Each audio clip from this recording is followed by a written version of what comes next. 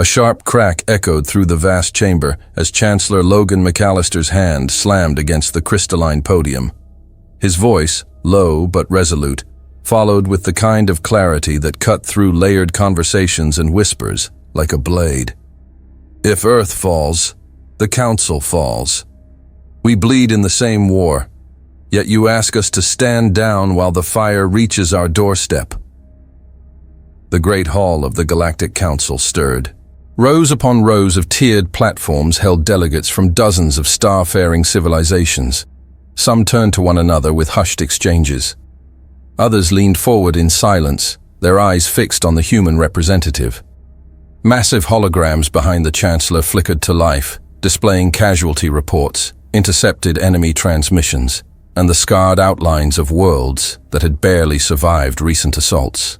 Chancellor McAllister stood tall, early 60s, clean-shaven, military straight posture. His Earth Federation uniform was unadorned, save for the golden seal at the breast. He scanned the council chamber, his pale blue eyes locked onto each faction in turn. He wasn't there to beg. He was there to remind them. You banished us because we won, not because we were wrong. The tension thickened. On the upper left quadrant of the chamber, the representatives of the Tavor Compact, an amphibious species with luminous blue skin and flowing fin-like crests, exchanged uneasy glances. Their ambassador, Celta, whispered something through the translator node latched to her gill-fold. To the right, the rigid Draxian Union delegation sat motionless. Towering insectoids encased in matte black armor, their mandibles twitched slightly, betraying subtle agitation. And then, a rustle, slow, deliberate, rose from the circular platform on the Council's northern arc. A tall figure rose. His height rivaled that of the Draxians, though his body was leaner, more humanoid in proportion. His scales shimmered with a dark bronze hue, and two ridged horns curved backwards from his skull like obsidian blades. His presence was commanding, not through volume, but through the gravity of the silence that followed him. Kolvar, representative of the Vrahel Dominion. Member of the High Tribunal, the one appointed as accuser.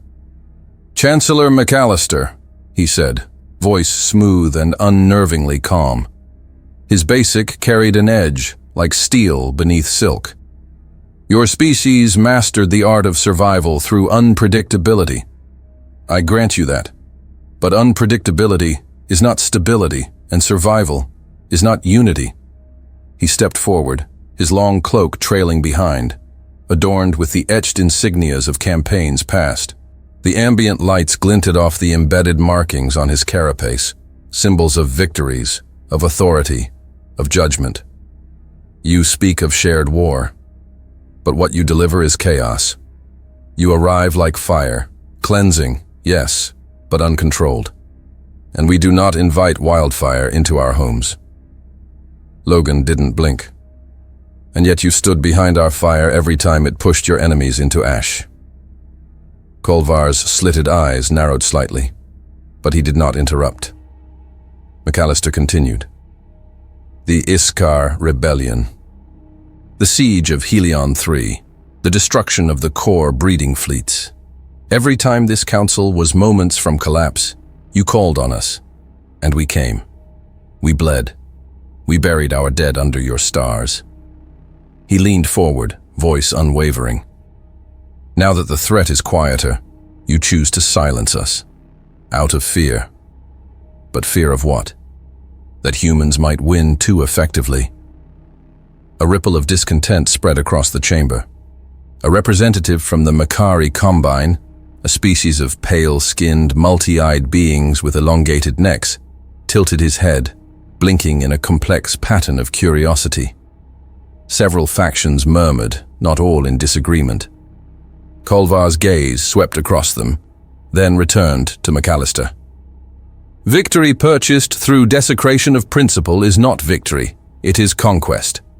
That is not what this council stands for. And letting Earth burn is. That silenced the room again. Chancellor McAllister's voice dropped slightly, his tone slower. but each word sharp and deliberate. I am not here to make threats. I'm here to make it clear. Humanity will not sit idle while enemies that threaten your worlds close in on ours. We are not asking for permission. We are demanding the right to defend ourselves alongside our so-called allies.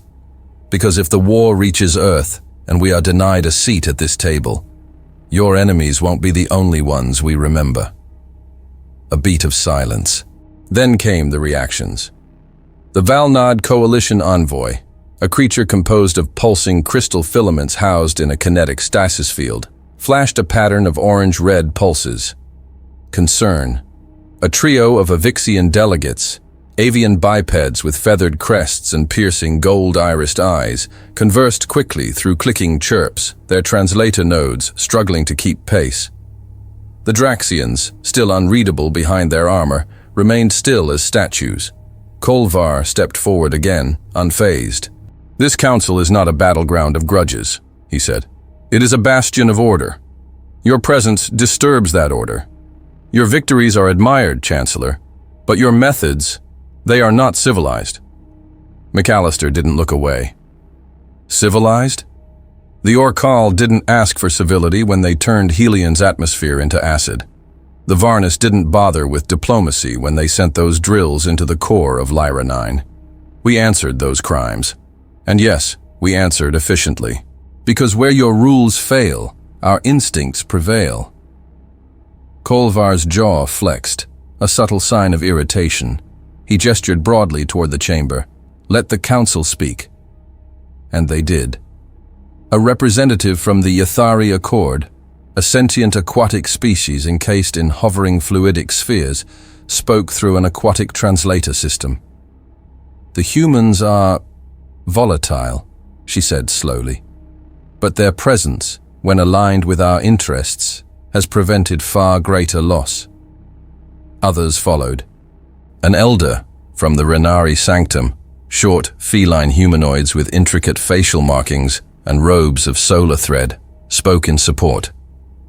"Wisdom is knowing when to wield fire and when to guard against it, but sometimes the fire is what saves the village." But then came the rebuttals. An emissary from the Kazan Enclave, his face obscured behind a mask of interlocking metal segments, hissed through his respirator. "Humanity disrespects boundaries. Their weapons break more than they protect. Their soldiers improvise, and in doing so, endanger us all." Voices rose. Debate ignited.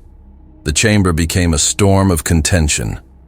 The Speaker of the Council, a being known only as Elix, encased in semi-transparent neural light, called for order.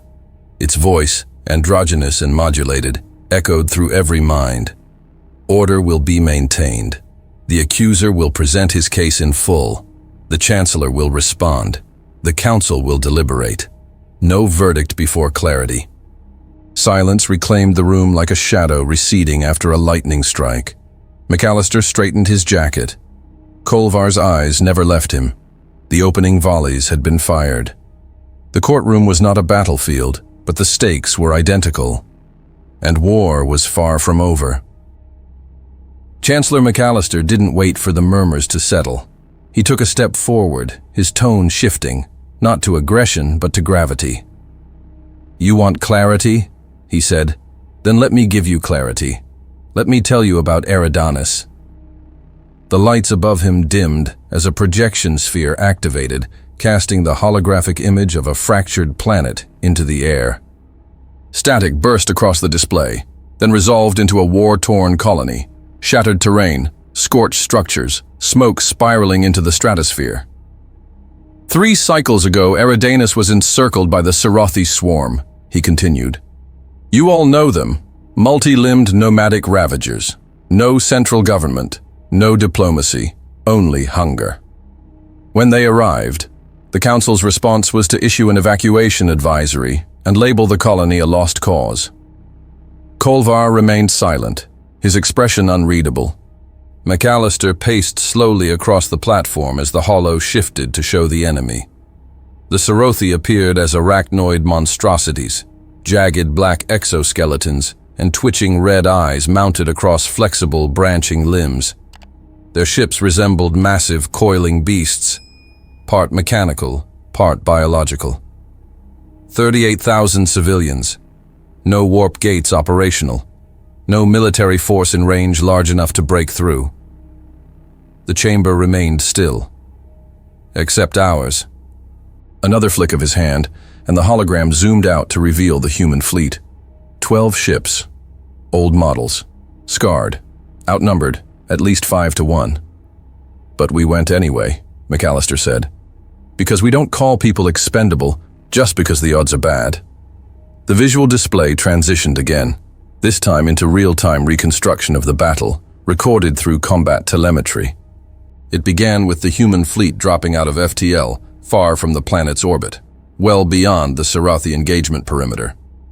Commander Brandon Turner led the task force. He didn't engage the enemy head-on. He made them think we were a fleeing escort team, retreating. The Sarathi loved to chase prey. The Council watched as 3 human destroyers feinted a retreat. The swarm reacted predictably, breaking formation, several ships peeling off to intercept. He gave them what they wanted: movement, fear, noise. While they hunted the bait, Turner moved his real strike team into low orbit, right here. The hologram zoomed in again, this time showing 4 stealth corvettes hugging the magnetic field of Eridanus, their signatures masked by the planet's ion storm. They landed with precision, no bombardment, no noise. Ground teams moved through the colony and began phase shift extractions. Portable warp spines, low energy profile. Moved civilians out in staggered dropships, 500 at a time, quiet, fast. A pause. 17,000 out within the first 4 hours. Then the scene shifted again. But eventually, the Sarathi realized they'd been tricked. They rerouted, fast. Turner had to make a decision, pull out and save what we could, or... The hologram froze on a moment of chaos. Enemy vessels descending toward the planet, weapons charging. Then resumed. He stayed. The room dimmed as the feed displayed the final maneuver. 2 frigates deliberately colliding with Sarathi cruisers to cause chain detonations. One of the carriers was deliberately overloaded to trigger an EMP cascade across the orbital layer. It bought exactly 27 minutes. Just enough time to extract the final 10,000. When the screen dimmed and the lights returned, McAllister's voice had grown quieter, but no less sharp. 4 ships lost, 212 soldiers dead, 36,000 civilians evacuated. He looked around again, locking eyes with those delegates who still wore masks of doubt or suspicion. Tell me, which other force in this council would have done that? Who else would have made that call? Not because it was safe, not because it was sanctioned, but because it had to be done? No one answered. He stepped back toward the center of the circle. We didn't have better weapons. We didn't have superior numbers. What we had was improvisation. We looked at a losing scenario, and we didn't ask if it was possible. We made it possible. That's what we do. Some murmurs returned, quieter this time. The Makari delegate leaned forward in her seat, her translucent eyelids blinking more rapidly now. The Avixian ambassador, Kale Vran, tapped his talon thoughtfully against the side of his curved visor. Still no reaction from Kolvar. McAllister continued, I'm not here to ask you to trust our machines. I'm asking you to recognize our minds. Our instinct to adapt when protocol fails. Our refusal to give up on lives when others have written them off. That's why we matter. His gaze hardened. That's why we belong here. He let the weight of the last sentence settle into the room. For a long moment nothing moved, but the soft flicker of the holographic display still hanging in the air, now looping through the evacuation paths traced by human pilots, dodging through Sarathi barrages, their roots tight as surgical incisions. Then finally a low voice rumbled from the Renari Sanctum's platform. He's not wrong. Heads turned. Counselor Bren Tamoro, eldest of the Renari, rested both hands atop his cane, though he had never once needed it for balance. 6 cycles ago, Our colony on Falthar was overrun by the Zalrek insurgents. We begged this council for reinforcements. Received none. His feline features turned toward McAllister. Only one message came. From a human outpost nearby. They sent 2 dropships. Only 2. But they pulled every survivor out before the atmosphere fell. He nodded once, slowly. They don't fight like us, but they fight for us. Silence returned, but now it felt less like resistance and more like reconsideration. McAllister stood motionless at the center of it all, not speaking again. He didn't need to. The numbers had already spoken. The hologram of Eridanus dissolved into blackness. The chamber, though still silent, now felt heavier, like the air had grown denser with each passing second. Eyes turned toward Kolvar, who remained unmoving, statuesque, as if measuring the exact moment to speak. And then he did. Slowly, deliberately, his voice low but resonant, with a cadence that pierced through the fading echoes of applause. "An impressive display," he began. "But for every life your kind claims to save, how many do you incinerate in the name of necessity?" He took 2 long steps toward the center ring, his boots clinking softly against the polished obsidian floor. His clawed hand reached outward, palm up, as though presenting an offering. "You praise your ingenuity, your resilience, your willingness to sacrifice. And yes, Chancellor, we have seen your species adapt faster than any known race. But you mistake adaptability for wisdom. What you call victory, others might call annihilation." Another flick of his wrist, and a new projection bloomed in the center of the chamber. "Let us speak of Calder 4. The hologram displayed a rocky, windswept planet, once a thriving mining outpost operated jointly by the council and local settlers under the Varnock League. Red dust storms swirled over its equator. Mining rigs dotted the terrain. Then came the distortion, static, then darkness. The image returned to show a fleet of ships descending, human ships. The invaders were Zorthak marauders. Yes, savages, raiders, nothing more, but they never possessed orbital superiority. They had no planetary siege capability. They were parasites, not conquerors. He raised his hand again. "And yet, this is what your fleet did." The hologram pulsed. A distorted wave of blue-violet energy expanded outward from a human dreadnought hovering in high orbit. The pulse grew, silent, but devastating. Every structure on the surface, every signature of life, flickered, then vanished. The terrain cracked, mountains collapsed inward. Then came the atmospheric collapse, the ignition of magnetic layers. The planet's crust folded in slow, terrible waves. Within seconds, Calder 4 was gone. No noise, no explosion, just silence. A deep hum settled over the chamber, as if the stillness itself mourned what they had seen. McAllister's jaw tightened, but he didn't speak yet. Kolvar turned slowly to face the council. His bronze-scaled face remained calm, cold, but not theatrical. This was not an act of desperation, not a final suicidal maneuver to save innocent lives. No civilians remained on the surface. The Zorthak had not yet breached the planetary perimeter. This was a field test. He let the words linger. The XR-91 resonant cascade weapon, experimental, untested, and forbidden under Articles 9 through 13 of the Aegis Protocols, deployed without approval, activated without warning. He looked directly at McAllister, and it worked. A rustle moved through the tiers, more than murmurs now. Delegates shifted in their seats. Some watched the Chancellor with narrow eyes. Others leaned back, lips pressed thin, uncertain. The entire enemy fleet was destroyed, Kolvar said. But so was the planet that bore them. A graveyard of mining settlements, ancient data cores, ecosystems still undocumented, reduced to dust. He stepped forward, his voice tightening just slightly.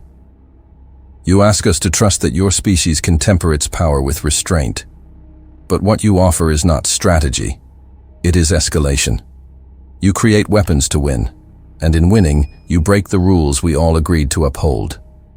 He raised his hand again. If you can erase a world in seconds to destroy a few ships, what's to stop you from doing the same to us, the moment we say something you don't like? The question landed like a blunt blade. Not a threat, but a warning. McAllister didn't react immediately. He let the room digest it first. He watched the Valnod envoy's energy pulses flicker a nervous blue. The Draxians shifted in synchronized movement for the first time, perhaps discomfited, perhaps intrigued. Then, and only then, did he step forward. I won't deny what happened at Kaldurf. Gasps erupted in scattered corners of the hall, but he raised a hand, silencing them.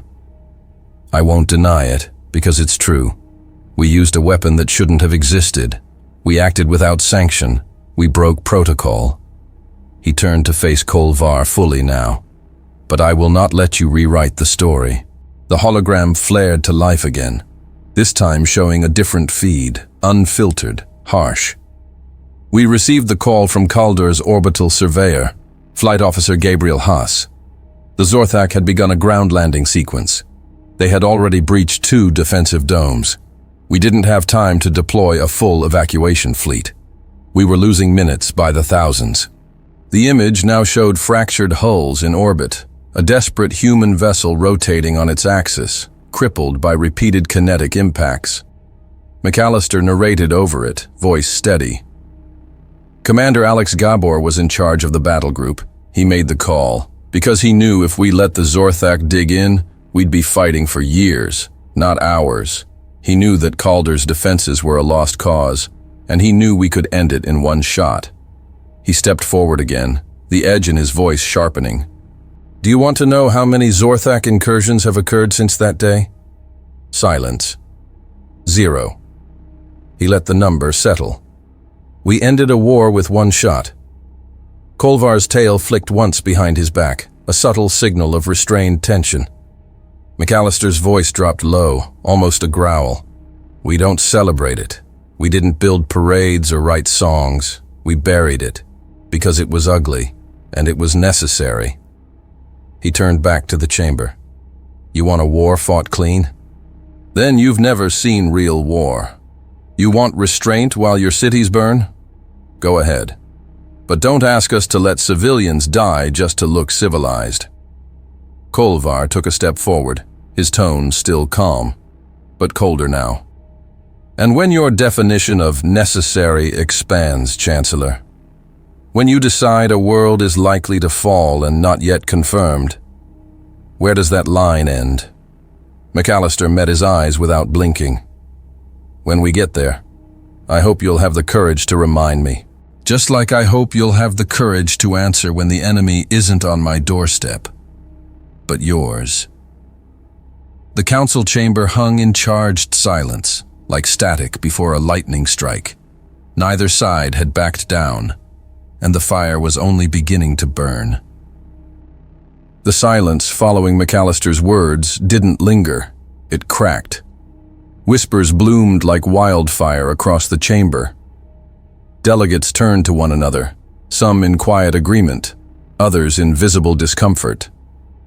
A representative from the Laskan theocracy, spherical, levitating beings composed of layered psionic crystal membranes, flashed soft green pulses, a signal of curiosity. Meanwhile, Councillor Drozek of the Kazen Enclave, a species of hunched, silicon-based quadrupeds with mirrored facial plates, clicked a series of protest signals through his translation column. Human victories are not questioned, Drozek rasped, but neither is their volatility. From the upper tiers, Ambassador Vrel of the Oshan Republic, tall, gaunt, with obsidian black skin that reflected light like oil, folded his long fingers and spoke with a voice like flowing sand. Perhaps the Chancellor is right. Perhaps we no longer win because we are careful, but because they are reckless enough to succeed where we would hesitate. Kolvar didn't reply. He remained rigid, his bronze-scaled arms folded across his chest, unmoving. McAllister glanced at the shifting voices and seized the moment. "Since we're now being honest," he said, "it's time you saw what you didn't see." The chamber dimmed again. Another hologram activated, this one with a security lock embedded in the matrix. A flicker of authorization passed through his palm. "Operation Deadlight." Gasps scattered like sparks. Even some of the higher-tier representatives leaned forward. The name had surfaced in whispers but had never been confirmed. Now, with one command, McAllister projected it before them in sharp, unsanitized clarity. "We were losing the Harun front," he said. "You all remember that. The projection changed to show system maps from 6 cycles ago. Harun, a distant binary system near the galactic rim, once home to an interspecies relay hub and hundreds of trade colonies. The Arzali ascendancy moved in fast, unknown drive signatures, uncrackable jamming protocols. They tore through our front lines in under 70 hours. The Arzali appeared next, elongated avian-reptilian hybrids with protruding cranial ridges and carapace-reinforced limbs. Their warships were jagged crescents of black metal, pulsating with purple antiphasic energy signatures. They didn't just destroy our ships, they rewrote our targeting systems, fried our long-range comms. They were coordinated, brutal, and learning. The image shifted to show human dreadnoughts failing to hold lines. Ships blinked out of existence under concentrated Arzali volleys. Entire battalions vaporized in open space. "And we didn't have an answer," McAllister said. "Not until Admiral Seth Ryland made contact with the Hades Division." Kolvar finally moved, a slight twitch in his jaw. The name alone was enough to raise brows. The Hades Division was a ghost, officially disbanded decades ago after multiple violations of interspecies warfare doctrine. Unofficially, they were the black edge of the human blade. They were working on something buried in a science vault beneath Titan's South Pole, McAllister continued. Classified beyond my level, even.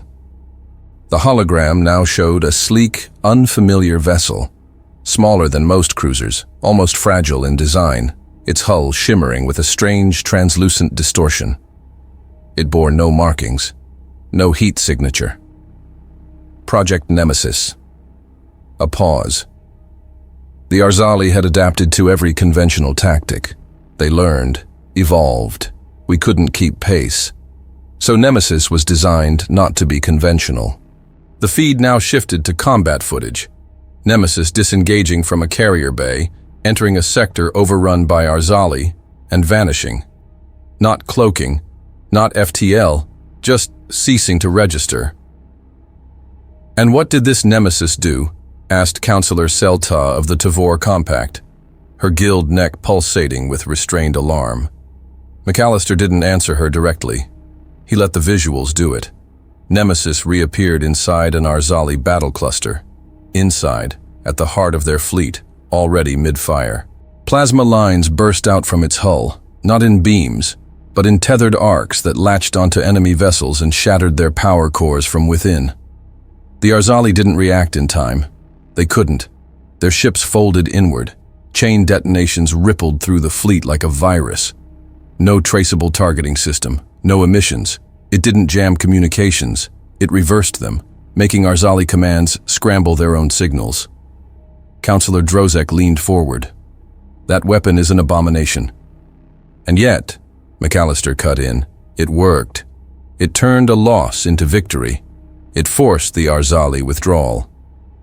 The projection now displayed post-battle scans, debris fields where a fleet had once existed, silent now. Human ships remained intact, regrouping. No casualties reported.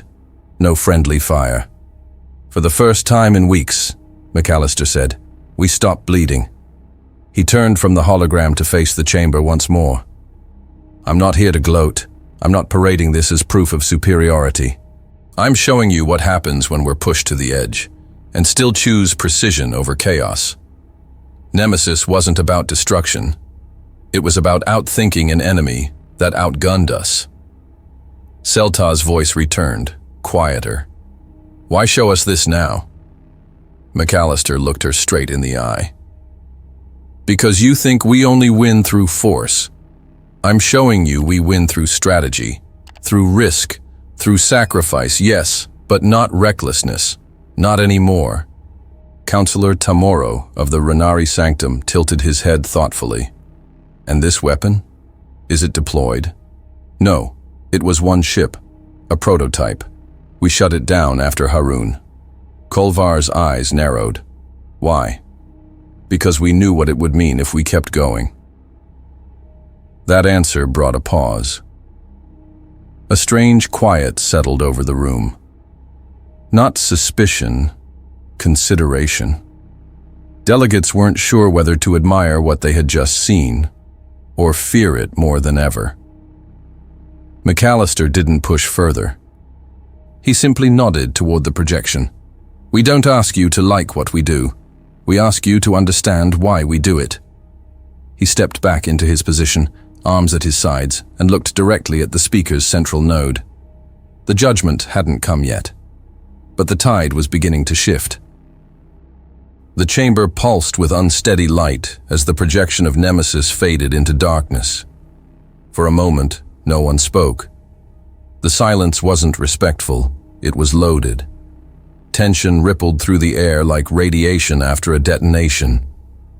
The weight of what had been shown, what had been admitted, hung above every delegate like a suspended verdict. Councillor Vrel of the Ocean Republic finally broke the stillness, his voice cold but focused. You built a ghost ship that could unmake fleets and left it dormant.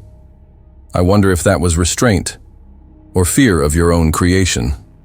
From the higher tiers, an eruption of static popped from the crystalline vocal array of an Akari emissary. Silicon-based life forms, known for their rigid moral codes and collective memory protocols. Such power cannot be unlearned. The existence of Nemesis changes everything. Kolvar moved then, slowly descending the steps of his platform. His expression was unreadable, but his tone shifted, harder, stripped of diplomatic varnish. Let us stop pretending that this is about necessity, he said. Let us stop pretending that this is about saving lives.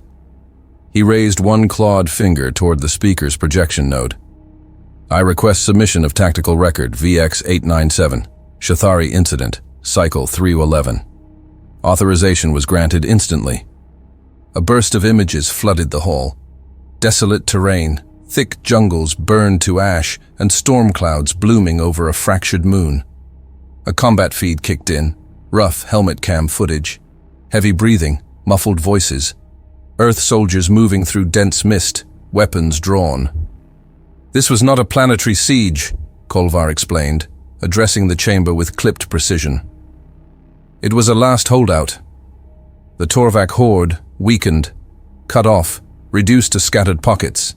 The Council had already deemed the war effectively won. A pause. But the humans sent the 79th Black Division. The footage grew more chaotic. Scrambled transmissions, biosigns dropping rapidly. Then, a drone's eye view. A clear payload release. Canisters impacting the jungle floor with a sharp hiss.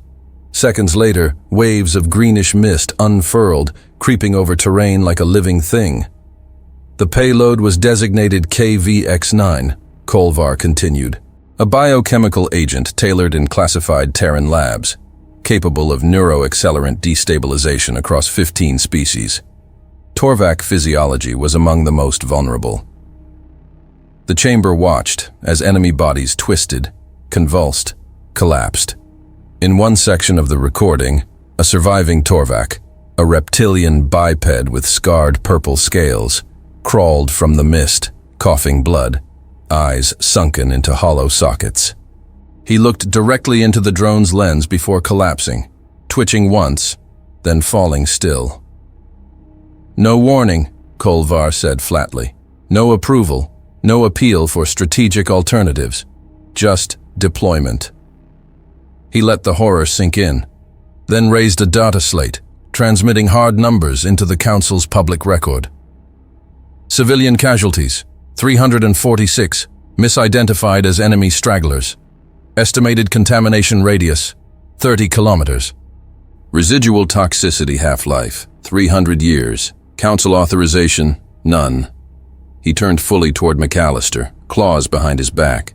Tell me, Chancellor, was that strategy too? The human didn't answer immediately. His jaw clenched. His fingers curled once at his side, then released. There's no defense for what happened on Shathari, he said finally. It was an unapproved operation. The commander responsible, Colonel Hayden Cross, was court-martialed, stripped of command.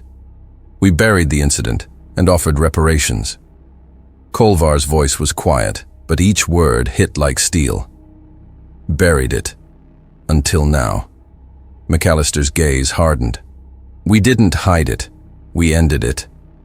You ended the file, Kolvar snapped. Not the precedent. Murmurs swelled again. Councillor Bren Tamoro of the Renari shook his head slowly, tail flicking with discomfort. This is not battle. It's butchery. A Draxian representative buzzed in guttural binary through its translator. Bioweapons are a line that must never be normalized. Exactly. Kolvar's tone turned sharp, but controlled. That is why the ban must not only continue, it must become permanent. Humanity cannot be allowed to return to this council's armed forces. They are not protectors. They are a contingency, waiting to become a catastrophe. He stepped into the center ring. This chamber was built on law, on structure, on agreed-upon limits of force. If we allow them back in, we end that structure. We send a message to every species watching that the rules are optional, that if you win enough wars, you are forgiven anything. Kolvar turned slowly, scanning each tier of the council. You call them saviors. I call them inevitable. It is not a question of whether they will lose control. It is only a question of when. His voice lowered. And when that moment comes, none of us will be able to stop them. The chamber darkened slightly as the recording ended. The stillness now was different, not silence born from respect.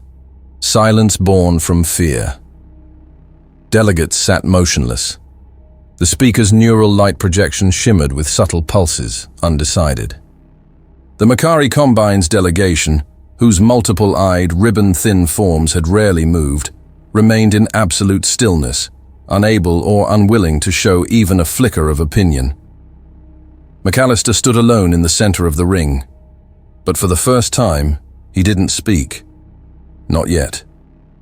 The weight of judgment was no longer about facts. Now, it was about trust. And that was the most fragile weapon of all.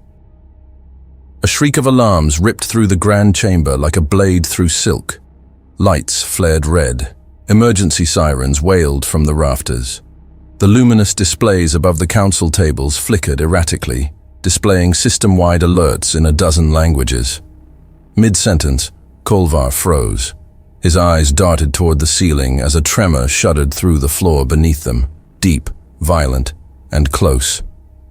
Unidentified mass entry, a voice barked through the station's emergency audio grid. Hostile signatures. Repeat. Hostile signatures emerging from null space breach. Defensive perimeter collapsing. Multiple sectors under assault. The council erupted into chaos. Holographic screens lit up at every delegate's platform, displaying tactical data as it poured in. In Sector 7 of the orbital perimeter, a defense bastion disintegrated under concentrated fire. In Sector 3, an entire Draxian cruiser wing blinked off the grid. No escape pods launched. The assault was coordinated.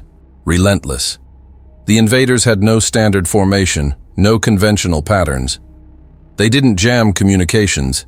They inverted them, mimicking the Council's own security protocols to mask their approach. Station sensors were blind for 11 seconds. It was enough. Explosions rattled the walls. Panels along the ceiling cracked. One of the tiered balconies near the outer perimeter collapsed in a burst of smoke and sparks, sending a Renari aide and 2 Makari diplomats tumbling to the floor below. Chancellor McAllister didn't move. He watched the chaos unfold with clinical focus. The central hologram flickered and died. Behind him, the The speaker's projection trembled, then stabilized. From the central dais, the supreme moderator of the council, Irindus Val, a Kalari male with translucent skin, revealing slow-flowing bioluminescent fluid within, rose to his feet. His voice, when it came, was no longer ceremonial. Status report, immediate. A reply came over open comms. Moderator, this is Commander Tyrex of the external garrison. We've lost all outer sensor platforms. Enemy vessels appear to be folding space along an unstable axis. We can't calculate entry vectors fast enough. We've lost control of 6 defense nodes. Council fleet responding, but they're being shredded before they can engage. A second tremor, this one deeper. The station lurched. Councilors grabbed onto rails, assistants scrambling to evacuate the wounded. Then came the visual. A massive projection burst from the center of the chamber, automated emergency feed from the station's outer hull. The invaders weren't recognizable. Their ships were asymmetrical, bristling with jagged hulls, organic filaments pulsing along the exterior.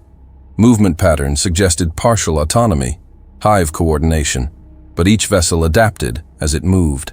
Their weapons didn't fire traditional energy beams. Instead, they released bursts of compressed gravity, black spears of distortion that crushed armor from the inside out. The fleet emblem that flickered briefly on one of the ship's cores did not belong to any known faction within the galactic map. "They're not from this galaxy," murmured Counselor Vrel, voice almost lost beneath another explosion. Kolvar turned slowly, jaw clenched, throat working through the realization. Then, without a trace of ceremony, Irindus Val turned to McAllister. "Chancellor," he said, voice trembling with urgency. "The Council formally requests your assistance." Before McAllister could reply, a shockwave from a direct impact struck the outer hull. The reinforced walls of the chamber groaned. A section of shielding cracked near the east gallery. The lights dimmed. "Please." Irindus took one step forward. "Please save us." The chamber, once filled with argument and certainty, was now a cathedral of silence. All eyes turned to McAllister. His expression didn't change. No victory, no resentment, only movement, calm, precise, as he raised a communicator to his lips and spoke. "Admiral, we are under attack. Neutralize the threat." The message transmitted with a single blink of light. Hundreds of kilometers away, hidden in the far side of the Arcadia moon's magnetic shadow, the Atlas received the call. On the bridge stood Admiral Henrik Land, tall, broad-shouldered, grizzled in the way that came not from age, but from surviving what others didn't. His uniform bore no medals, only a dark silver stripe on the collar and a single-digit identifier, UO1. He read the transmission once, then looked to his tactical officer, Lieutenant Kara Nyers, who nodded without needing instruction. Land cracked his neck and smiled with grim amusement. "Yes, sir," he said into his comm, "as expected. Contact in a few seconds." He turned to his command crew. "Redline all ships, lock in strike vectors, full fleet decloak and engage." The order rippled outward. Across the lunar shadow, over 30 ships powered up. Each one slipped out of their refractive veils, emerging into space like ghosts from the dark. Within seconds, Earth's hidden fleet was no longer hidden. The war had arrived, and this time, the humans were already waiting. The first wave of human ships burst from hyperspace like blades tearing through velvet. 32 vessels emerged in coordinated arcs, frigates, cruisers, and destroyers forming into a crescent formation that immediately began shifting into concentric kill zones. The Atlas, a behemoth-class command carrier, took center, flanked by the Ajax and Resolute, both optimized for real-time battlefield manipulation. The invaders didn't pause. Their jagged ships moved with eerie fluidity, swarming in chaotic vectors, shifting positions mid-acceleration like liquid fire. Each one emitted pulse distortion fields, bending space and slicing through incoming fire like phase-tuned razors. From the bridge of the Atlas, Admiral Henrik Land stood unshaken. "They're adapting mid-pattern," said Tactical Officer Kara Nyers, reading data pouring from the CIC. "No predictable trajectories, no thermal consistency, weapon profiles still unknown." Land didn't hesitate. "Doesn't matter. Initiate gridlock Theta. Drive them where we want them." The order triggered a cascading series of movements across the human fleet. Frigates surged forward in disjointed pairs, feinting weakness in specific positions before pulling back.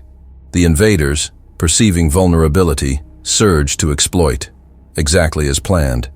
Human vessels then released pulse reflector mines, improvised tech combining high-frequency magnetics with compressed sound resonance. These weren't meant to destroy, they were meant to disrupt. Within seconds, enemy formations began drifting, briefly unsynchronized. Weapons stuttered. Targeting algorithms hiccuped. The humans struck. The Ajax released a spread of automated micro-torpedoes, each one laced with reactive code that reprogrammed its path in real time, slipping past enemy shielding and exploding within the ship's structure instead of on contact. The result wasn't a flash, but a collapse. 3 enemy cruisers folded inward, imploding in controlled spheres of silent ruin. "Sector 4! Enemy formation breaking!" Lieutenant Braden Ellis shouted from the Resolute's fire control post. But it wasn't clean. As the enemy adapted to the micro-torpedoes, they shifted tactics again, this time unleashing black matter bombs that bypassed kinetic shielding entirely. One struck the Spearhead, a human recon corvette, vaporizing its midsection and sending its forward compartments spiraling into debris. "Spearhead lost," Nyers called. "We're being funneled towards Sector 9. Land's voice remained calm. "Good. Let them." The fleet bent with the pressure, allowing the invaders to overextend. Once inside Sector 9's magnetic corridor, the trap was sprung. From deep behind the lines, hidden by a lunar refraction field, 3 human stealth bombers, Black Dagger, Kitefall, and Gravehook, uncloaked and launched synchronized salvos of destabilizer pods. Each pod released swarms of metallic nanoflakes that penetrated exposed hull joints and detonated internally with dissonant pressure waves, tearing enemy ships apart from their structural seams. The alien fleet reeled. For a moment, the battle tilted, still balanced, still brutal, but the momentum began to shift. "New telemetry," Nyers said. "We're registering enemy confusion, formation drift at 30%. Land's eyes flicked across the battlefield map. "Send in the irregulars." A separate cluster of human ships, smaller, leaner, began weaving through the gaps. Destroyer-class vessels and repurposed haulers modified for high-speed boarding actions. At the front was the Morrigan, helmed by Captain Kit Hohenberg, a war-hardened officer with a reputation for battlefield improvisation. Hohenberg's voice came over comms, gravel thick and sharp. "Dropping between 2 of the heavy contacts now.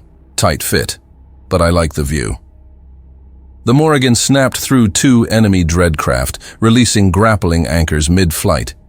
As it dragged them together, twin reactor charges were launched between the vessels, then detonated.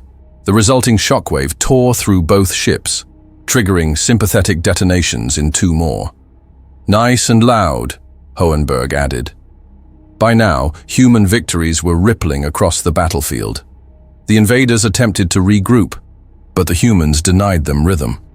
Every time a pattern began to form, it was shattered by erratic movement, feints, and unorthodox combinations. Pulse beacons disguised as wreckage, EMP nets disguised as distress signals, missile batteries hidden inside hollowed-out freighter husks. Even Admiral Land cracked a grin. "We've got them dancing." Still, the enemy fought with alien persistence. They didn't retreat. Even crippled, they self-destructed in coordinated blasts, hoping to take as many humans with them as possible. One such blast disabled the Defiant, sending it drifting into the gravity well of a shattered station ring. The crew evacuated just in time, but not without cost, and yet the humans pressed on. By the 12th minute, communications from several sectors began to arrive.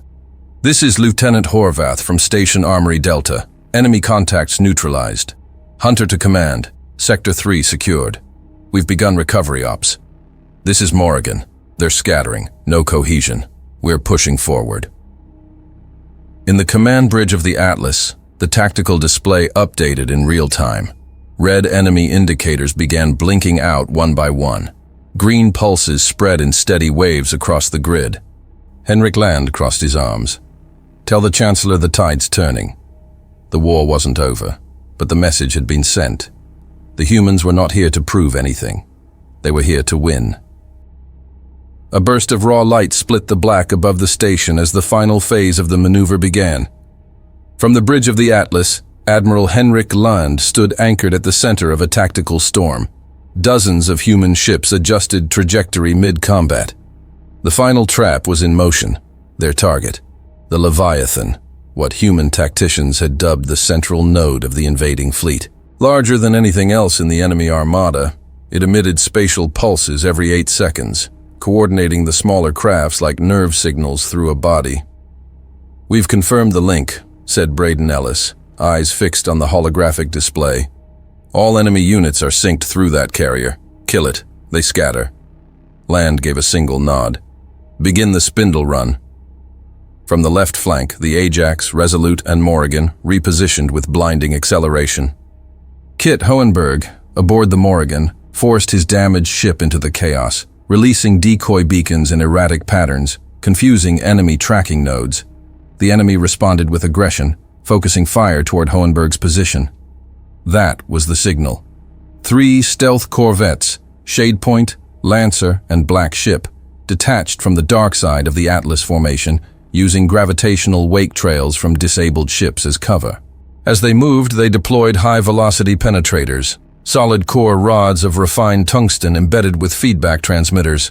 These were not designed to destroy the Leviathan. They were designed to open it. When the rods struck, they didn't explode. Instead, they tore seams into the hull and embedded deep inside, sending back a real-time topographic model of the Leviathan's internal architecture to the Atlas. On the bridge, Kara Nyers overlaid the model across the targeting HUD. "Found it. Central cores exposed, barely shielded." Land leaned forward. "Deliver the nail." The Ajax launched a single payload, Unit 47, a compact warhead developed in a classified joint Earth-Venus program. Unlike conventional ordnance, it used a zero-delay phase-shift ignition. Upon impact, it wouldn't explode. It would remove a target from physical space for exactly 0. 8 seconds, enough to collapse every molecular connection inside the object before matter reasserted itself. It struck dead center. For a fraction of a second, the Leviathan simply vanished from visual tracking. Then it reappeared, disintegrating in real time, its bulk folding inward like a collapsing sculpture. With the carrier gone, enemy ships across the grid began to veer, collide, drift uncontrolled. Coordinated patterns broke down, firing systems failed, navigation spiraled. Within minutes, the remaining enemy vessels had either self-destructed or fled into null space in disorganized, panicked clusters. The battlefield fell silent. From the windows of the Galactic Council chamber, broken but still standing, those who had once voted to exile humanity watched in stunned silence as fire faded into embers and human vessels began the work of recovery, methodical, organized, relentless. Kit Hohenberg's battered Morrigan limped across the grid, pulling survivors from disabled council ships. In the shadows of the burning debris fields, Horvath led a recon squad from Hunter to locate emergency beacons among fractured station sectors. The war wasn't over, but the station was safe. Inside the chamber, Chancellor Logan McAllister stood once again in the center of the ring. The lights flickered back to full. Emergency protocols lifted. Counselors returned to their places. Their faces different now, less guarded, less proud. Not humbled, not grateful. Simply changed. Kolvar stepped forward. He opened his mouth, then hesitated. The words didn't come. He looked not at McAllister, but at the council, then back at the Chancellor. Finally, he spoke.